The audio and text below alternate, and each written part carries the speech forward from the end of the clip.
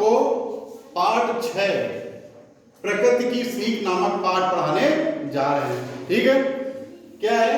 पर्वत कहता शीश उठाकर। ठीक है, जो चैप्टर का नाम है वो है प्रकृति की सीख।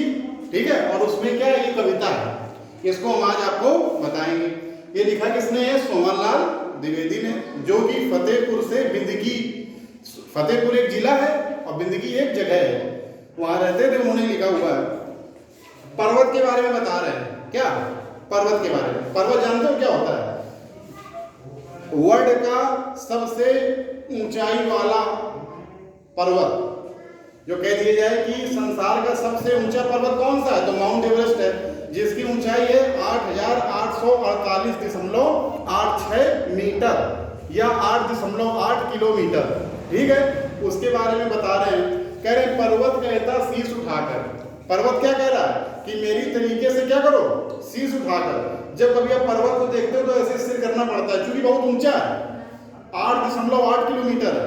तो कहता है कि आप इतने ऊंचे बन जाओ कि लोगों को आपको सिर उठाकर देखना पड़े। कहने का मतलब है कि आप अपना नाम इतना ऊंचा कर लो कि आपको सम्मान के साथ लोग पुकारे। ठीक है, अर्थात पर्वत की तरीके क्या करो? ऊंचे बन जाओ। अगला कहता है सागर कहता है लहराकर मन में गहराई लाओ। अब मन में गहराई का मतलब ये है कि मन में गहराई का मतलब ये है कि आप कोई भी बात बोलो तो बहुत सोच समझ के बोलो, मन में गहराई ला के बोलो कि हमें क्या बोलना है क्या नहीं बोलना है। ऐसा नहीं किसी को गाली दे दी, किसी को जो मन हुआ बोल दिया। ऐसा बोलो कि मन में गहराई कि यदि हम इसको ये चीज बोल रहे हैं तो वाकई क्या सही है। यदि वो हमें वो चीज बोल देता तो क्या अच्छी लगती? तो हमेशा सोच समझ के मन में गहराई ला के हमेशा इंसान को हर चीज बोलनी चाहिए। सागर की तरीके, सागर मतलब समुद्र, देखा होगा कितना गहरा होता है, तो उसकी तरीके गहराई होनी चाहिए। तीसरा है समझ रहे हो क्या कहती हैं, उठ उठ गिर तरंग तरंग, भर लो अपने मन में मीठी मीठी मृदुल मन। कहने का मतलब है कि बार बार देखो जो लहरें होती हैं, गिरती हैं उठती हैं, गिरती हैं उठती हैं। ऐसे ही आपके जीवन में भी कई उतार चढ़ाव आते हैं, आपको हार नहीं मानना है, एक उमंग और एक जोश के साथ में आपको आगे बढ़ते रहना है। ठीक है ना? समुद्र में क्या होती है? लहरें होती हैं, उड़ती हैं गिरती हैं, उड़ती हैं गिरती हैं, उठ उठ गिरता तरंग। तो आपको अपने जीवन में क्या करना है? उड़ता गिरता तो सब कोई रहता है, जैसे चींटी होती है, अपने से ज्यादा वजन की चीज उठाती है और फिर गिर जाती है, फिर उठती है, फिर गिर जाती है, लेकिन एक समय में क्या होता है? चढ़ जाती है। तो हमेशा क्या होना है? हार नहीं मानना है, उठना है गिरना है, उठना है गिरना है, एक न एक दिन आप मंजिल तक पहुंच जाओगे। अगला कहता है पृथ्वी कहती धैर्य छोड़ो कितना ही हो सिर पर भार। अभी पूरी दुनिया जो है धरती में ही तो चलती है। कोई कहता है कि नीचे सांप है बहुत सारे, सांप अपने फनों पर धरती को लादे हुए हैं। कोई कहता है बहुत बड़ा चुंबक रखा हुआ है। कई साले सब लोग बातें करते हैं। आप कितने भी लोग हो जाएं यहाँ पे, कभी ऐसा पृथ्वी नहीं करती कि गिरा दे आपको, धस जाओ नीचे, ऐसा नहीं करती है। तो पृथ्वी के तरीके धैर्य रखो कि कितना भी वजन हो जाए हम इस संसार को साधे रहेंगे। ठीक है, अगला क्या है? नभ कहता है फैलो इतना, ढक लो तुम सारा संसार। आकाश देखो पूरी दुनिया को क्या है?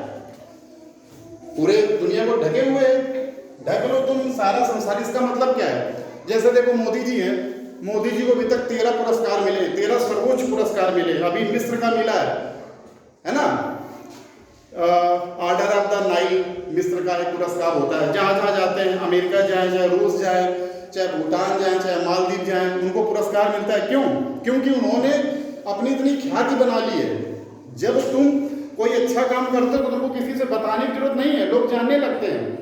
लोग दूसरे देश में जानने लगते हैं कि मोदी जी अच्छा काम करते हैं, आतंकवाद के खिलाफ अच्छा काम करते हैं। तो अभी रूस में कोई बताने थोड़ी ना गए थे, मिस्र में कोई बताने थोड़ी ना गए थे, लेकिन वो इतना अच्छा काम करते हैं कि धीरे धीरे उनकी ख्याति क्या होती है, सब पता चल जाता है कि मोदी जी भारत के प्रधानमंत्री बहुत अच्छा काम करते हैं। उनको बताने की आवश्यकता नहीं होती है। तो कहने का मतलब क्या है कि आप इतना अच्छा काम करो कि आपकी ख्याति पूरी संसार में, आपकी पूरी दुनिया में ख्याति फैल जाएगी ऑटोमेटिक, है ना? बताने की कभी भी किसी को आवश्यकता नहीं होती है। ठीक है, तो ये थी आपकी ये जो कविता लिखी हुई है, इसका पूरा सार था। ठीक है ना? मतलब इसको ये जो कवि है क्या कहना चाहता है, उसने छोटी सी बात लिख दी, उसको हमने अपनी भाषा में बढ़ा चढ़ाकर नहीं, मतलब वो जो कहना चाहता है उसको उस भाषा में हमने बता दिया। अब क्या है कि ये आपका चैप्टर है, इसके प्रश्न और उत्तर है। पहला क्या था, पर्वत क्या संदेश दे रहा है, तो पर्वत हमें अपनी तरीके ऊंचा बनने का संदेश दे रहा है। तरंग क्या कहती है, तरंग कहती है कि हमेशा देखो तरंगे क्या होती है, गिरती हैं फिर उठती हैं, गिरती उठती हैं। तो अपने जिंदगी में क्या करो, उत्साह रखो, उमंग रखो कि हमको हार नहीं माननी, कभी ना कभी तो सक्सेस होंगे। अब ऐसे ही आ जाओगे, ऐसे ही बैठे रहोगे, ऐसा नहीं है। सुबह योगा करो, व्यायाम करो, दौड़ लगाओ, तो बढ़िया उमंग रहेगी और जोश के साथ काम करो आगे बढ़ने के लिए, ठीक है।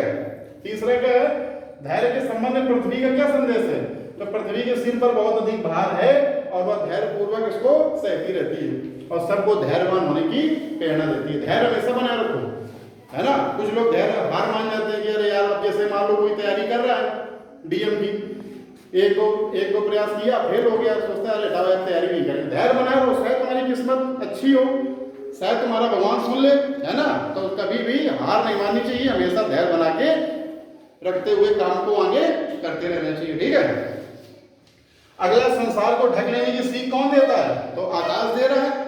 आकाश कहता है कि संसार को, मतलब आप यदि अच्छे काम करते हैं तो सब कोई आपके बारे में जानने लगता है, आपको किसी से बताने की जरूरत नहीं होती है, ठीक है ना। ढक लो सारा संसार, अपनी ख्याति से पूरी दुनिया में फेमस हो जाओ, जैसे मोदी जी हो गए, है ना। अगला ये देखो, मिलान करना है, पर्वत को किससे ऊंचे बन जाओ, सागर को मन में गहराई लाओ, तरंग को हृदय में मृदुल उमंग भर लो, पृथ्वी को कभी धैर्य न छोड़ो, नभ को ढक लो सारा संसार।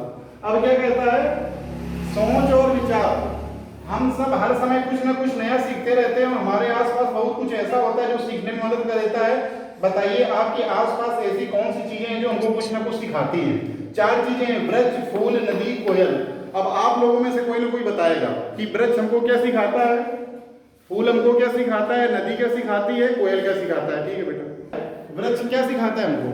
वृक्ष हमें यह सीख देता है कि एक जगह धैर्यवान होकर खड़े रहो और कोई भी कठिनाई या परेशानियां आए उससे लड़ो। बहुत बढ़िया, ठीक है, बैठ जाओ, शाबाश। अगला, फूल बताइए, फूल क्या हमें सिखाता है?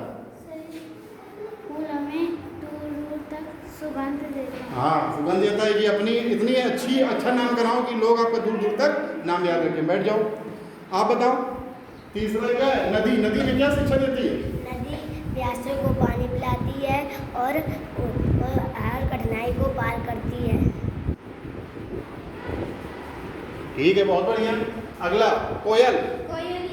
कोयल कोयल में क्या शिक्षा देती है? कोयल हमें शिक्षा देती है मीठा मीठा बोलना। हैं? कोयल हमें शिक्षा देती है हाँ, हमेशा मीठा बोलना चाहिए। तो ये आज हमारा पाठ था, प्रकृति की सीख। तो ये पूरा क्या करना है, इसकी जो 4 क्वेश्चन